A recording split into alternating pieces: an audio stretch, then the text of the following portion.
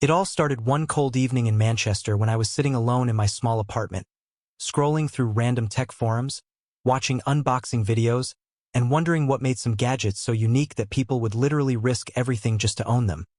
That's when I stumbled upon a strange post that said, "Real smartphones? Untraceable, modified, and banned. Available only on the dark web." I laughed at first, thought it was some scam, but curiosity is a dangerous thing. And when I clicked the link, my VPN started flickering, and my Tor browser opened a black screen with a crimson logo that said, "Black Cell Market." It wasn't like any website I had ever seen. No pictures, no ads, just plain text and encrypted codes that looked alive. One of the listings caught my attention. The mirror phone, not for resale, not for casual use. One per person. The description said it could see beyond what's shown and record what's not meant to be seen. I thought it was some edgy marketing gimmick, but the reviews, God, those reviews sounded disturbingly real. One said, "Once you turn it on, don't look into the reflection at midnight." Another said, "Mine rang before it even arrived. I don't know why, but I ordered it.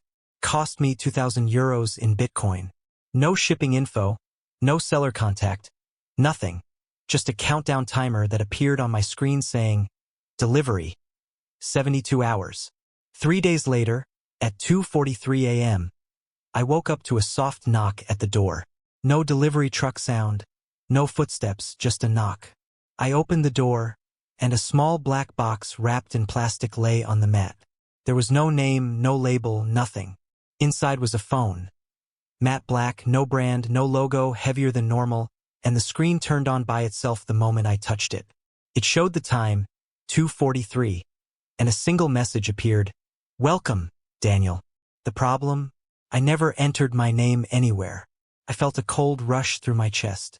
I locked the phone in a drawer and tried to sleep, but the next morning, it was lying on my bed. The screen glowed faintly, showing a picture of me sleeping. My heart sank. I didn't even have a front camera facing me last night. I checked every inch of the phone, but it had no visible lenses. The camera app didn't open, and there was no system info, just one folder named C.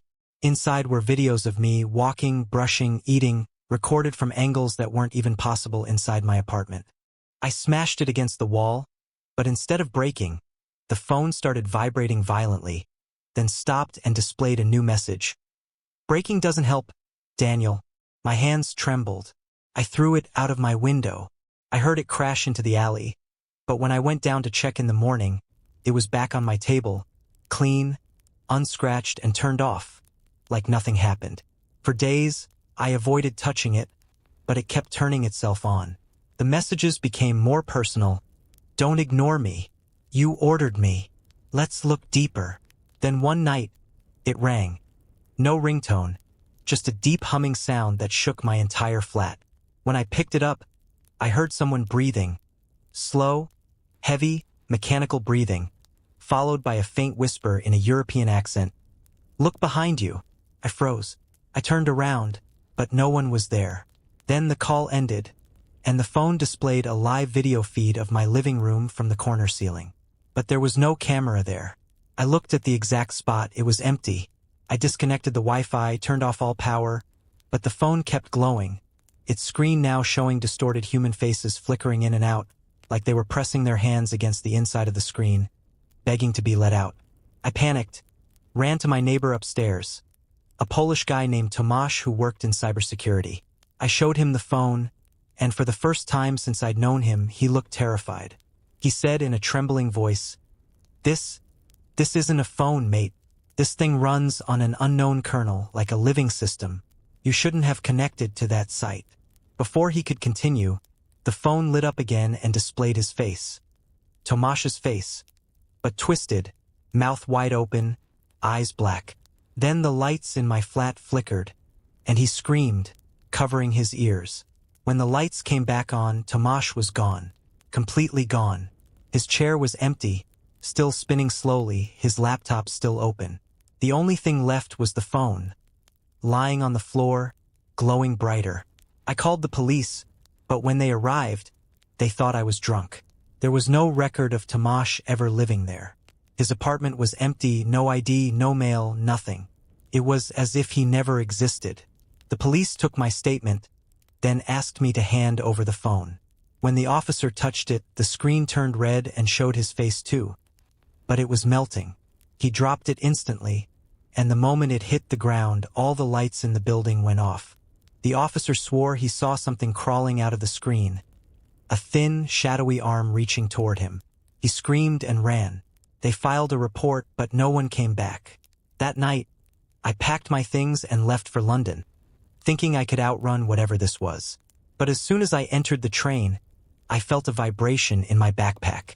I didn't even pack the phone, but when I opened the bag, it was there, turned on, showing a live view of the train with passengers' faces blurred except mine, which was perfectly clear. The message on the screen said, "You can't leave without me." The days after that became blurry. I started losing time, waking up in strange places, sometimes with dirt under my nails, sometimes with blood. My friends stopped replying. My bank accounts drained by themselves. Then one morning, I received an email from an address that looked like mine but slightly misspelled. The subject said, "Stop resisting." The attachment was a video footage of me unboxing the phone, recorded from above. In the background, there was someone standing, a tall figure in black, face hidden.